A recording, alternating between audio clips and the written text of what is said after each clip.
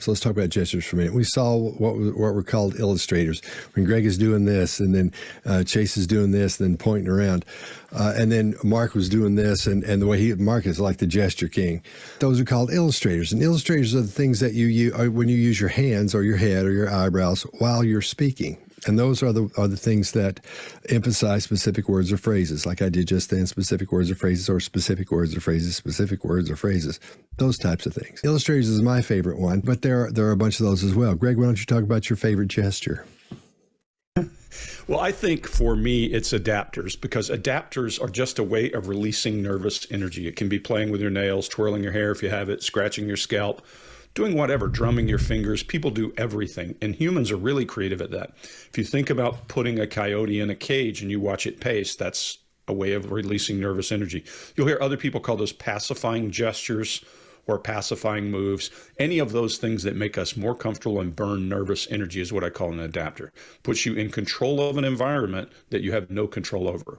And the interesting piece is, because humans are so addictive, once we do it a while and it relaxes us, we'll do it more and more and more and more and more. Chase, how about you? What do you think?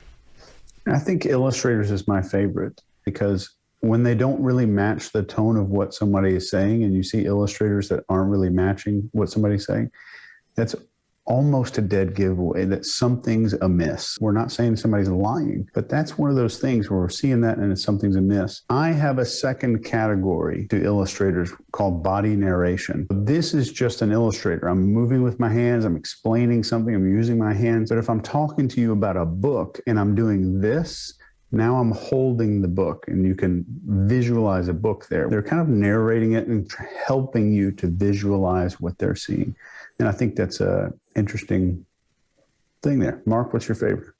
Thanks for passing it to me. Thanks for passing it to me, Chase. So that is an incongruent regulator or moderator. So we can talk here about incongruence, which is when it doesn't fit. Either it doesn't fit in meaning or it doesn't quite fit in time.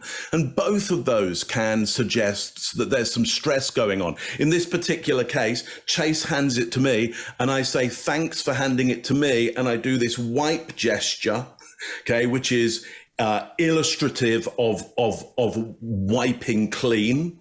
Okay, and maybe even brushing away, pushing away, but it's incongruent with what I'm saying. And it's also a regulator or a moderator of the conversation, because I'm trying to say that has gone the wrong way. Maybe somebody else should be doing that.